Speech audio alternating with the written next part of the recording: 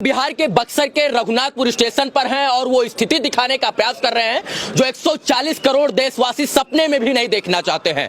हम इस देश में सपना देखते हैं बुलेट ट्रेन का, लेकिन एक्सप्रेस ट्रेनों की स्थिति एक बार देख लीजिए। ये बक्सर का रघुनाथपुर है और नॉर्थ ईस्ट एक्सप्रेस जो है जिस प्रकार से पटरी से उतरी है और पलटी मार गई, उसको देखकर आप ये अनुमान लगा सकते हैं कि स्थिति रात में क्या भयावह उत्पन्न हुई होगी। 9:35 पर यह ट्रेन हादसे का शिकार हो जाती है और इसमें से देख सकते हैं कि कितने जो बोगी हैं, जितने इसके डिब्बे हैं, सारे के सारे डिरेल हो चुके हैं। 1 2 3 4 5 6 7 8 9 10 11 12 13 14 15 डिब्बे पीछे के जो एसी कोचेस थे वो पूरी तरीके से यहाँ से उतर कर खेत में जाकर गिर गए हैं और इसमें रहने वाले, इसमें यात्रा करने वाले तमाम जो महिला पुरुष युवा नौजवान और बच्चे थे, उनकी जब करा बक्सर के लोगों ने सुनी होगी तो शायद से उनके शरीर के ऊपर क्या गुजरी होगी उसका अनुमान शायद से आप लगा सकते हैं।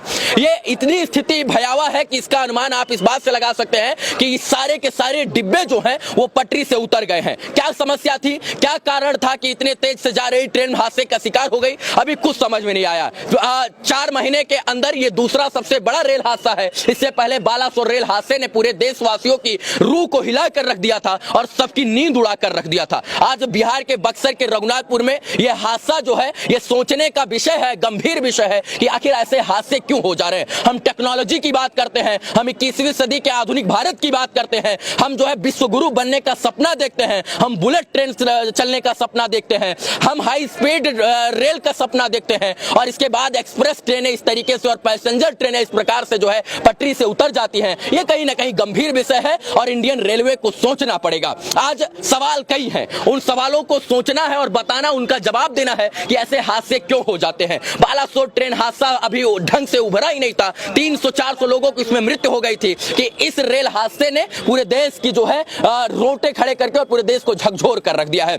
हम आपको इस बिल्डिंग पर खड़े होकर ये बताने का प्रयास कर रहे हैं कि ऐसे हादसे क्यों होते हैं और किस लिए होते हैं। कहीं ना कहीं जो है जिस प्रकार से लोगों से हमने बात किया, चश्मदीदों से बात किया, तो उन्होंने बताया कि ट्रेन एकदम स्पीड से जा रही थी। 9:35 का वो समय था और ये समय खाना खाकर सोने का होता है। कुछ लोग खाना खा रहे थे, कुछ लोग चाय पानी करके जो है सोने की तैयारी कर रहे थे। इसी बीच में तेज से गड़गड़ाहट की आवाज आती है और सारे डिब्बे जो है वो हिलने लगते हैं। फिर कुछ लोग उतर कर देखते हैं तो 7-8 आगे की बोगी और पीछे की 10-15 बोगी जो एसी बोगी थी वो पूरी तरीके से ट्रेन के पटरी से उतरकर डिरेल होकर खेत में गिर चुकी थी और खेत में इस तरीके से गिरी है कि जिसका अनुमान शायद से आप नहीं लगा सकते हैं। जहां तक आपको दिख रहा होगा और मेरे कैमरे की नजर जहां तक जा रही होगी वहां तक इस बात से आप अनुमान लगा सकते हैं कि यह रेल हादसा कितना भयावह था। 9:35 का वो समय जो ट्रेन में यात्रा कर रहे लोगों के लिए सुकून का पल होता है। वो कोई लोग मोबाइल चला रहे होते हैं तो कोई खाना खाकर सोने की तैयारी कर रहे होते हैं और सोचिए उस बीच में अगर कोई जो है इस प्रकार से यात्रा करे और हादसा हो जाए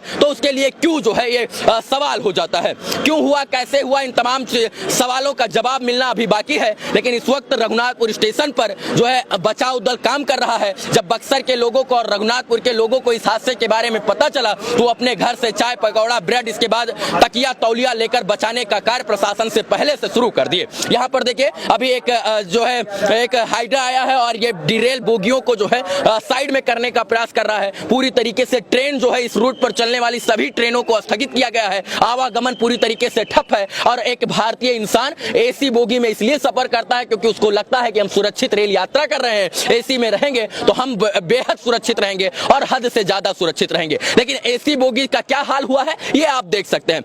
अश्विनी वैष्णव जी जो रेल मंत्री हैं उनको इस बात का जवाब देना चाहिए कि ऐसे हादसे क्यों हो जाते हैं। टेक्नोलॉजी की बात करने वाला भारत आखिर टेक्नोलॉजी में फेल क्यों हो जाता है और ऐसे हादसों को क्या रोका नहीं जा सकता है। जब हमने चश्मदीदों से बात किया तो उन्होंने कहा कि जब ट्रेन चल रही थी तो लगा कि ये ट्रेन ओवर स्पीड है, मतलब बहुत तेज गति से जा रही है और इस ट्रेन में बबलिंग हो रही है। मतलब कि अगर ट्रेन में दोनों तरफ से एक झकझोर सा हो रहा था, मतलब पटरी पर चल रही थी तो ये किस जो है झकझोर हो रही थी, मतलब जो है बबलिंग कर रही थी, यानी इधर उधर ये ट्रेन घूम रही थी। तो इस बीच में ये हादसा हुआ और इसके बाद लोगों की माने तो उस वक्त का जो मंजर था वो भयावह था। 9:35 का वो समय 10 बजे तक लोगों को पूरी तरीके से, पूरे बिहार के लोगों को यह जानकारी मिल गई और तमाम लोग संवेदना व्यक्त करने लगे। लेकिन जो बक्सर के सच में इंसान थे वो यहाँ पर आकर मदद किए। इधर से उधर आप जाकर देख सकते हैं कि कितना बड़ा हादसा है, लेकिन इधर से इधर आप जाकर हादसे को नहीं देख सकते हैं क्योंकि प्रशासन ने पूरी तरीके से बैरिकेटिंग करके जो है पत्रकारों के जाने पर मनाही कर दी है क्योंकि आप उधर नहीं जा सकते हैं। बाकी ये बोगियां आपको बता रही होंगी कि ये आधुनिक भारत नहीं बल्कि एक पिछड़े भारत की मिसाल है और इसको जरूर सुधारना होगा, क्योंकि बालासोर से और बक्सर से हम सबक नहीं लेंगे तो आने वाले समय में जो है ह्यूमन एरर जिसको हम बोलते हैं कि जो है मानव गलती की वजह से ऐसे बहुत हादसे हो सकते हैं। दूसरी बात यह है कि अश्विनी वैष्णव जी क्या इस मामले को लेकर जो है इस्तीफा देंगे, अगर इस्तीफा देंगे तो कब देंगे, और अगर ये इस्तीफा नहीं देते हैं, इससे इस्तीफा नहीं देते तो ये सवाल है कि भैया ये लोग सत्ता के भूखे हैं ना कि जो है लोगों के मरने और जीने से इनको फर्क पड़ता है।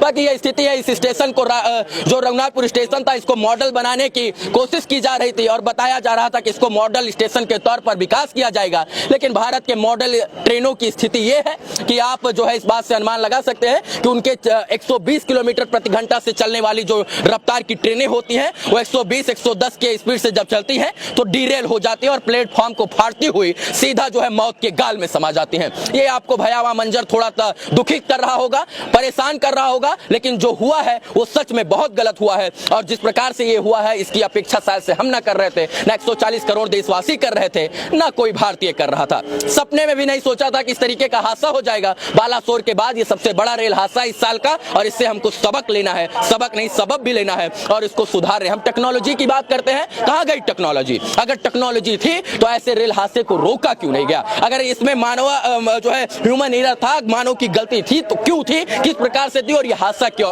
कैसे हुआ? आगे क्या ऐसे हादसे नहीं होंगे और अगर होंगे तो कैसे रोक लगाया जाएगा, ये सवाल है। बुलेट ट्रेन का सपना छोड़ दीजिए, क्योंकि भारतीय रेल अपने एक्सप्रेस ट्रेन और पैसेंजर ट्रेन को भी ढंग से स्वचालित और संचालित नहीं कर सकता है, क्योंकि इस प्रकार की पटरियां जो है वो इन ट्रेनों की गति को, क्षमता को सह ही नहीं सकती हैं। बाकी आपको इस वीडियो को दिखाने का प्रयास इसलिए कर रहे थे कि भैया अगर आप ट्रेन में यात्रा कर रहे हैं तो सोच लीजिए कि हम सुरक्षित नहीं हैं और टर्म लाइफ इंश्योरेंस अपने बीबी बच्चा परिवार के लिए 1-2 करोड़ रुपए का करवा लीजिए, क्योंकि आप इंडियन रेलवे में सफर करते हैं। मुस्कुराइए, हम इस वक्त बक्सर में हैं। बहुत बहुत धन्यवाद इस वीडियो को देखने के लिए। जय हिंद।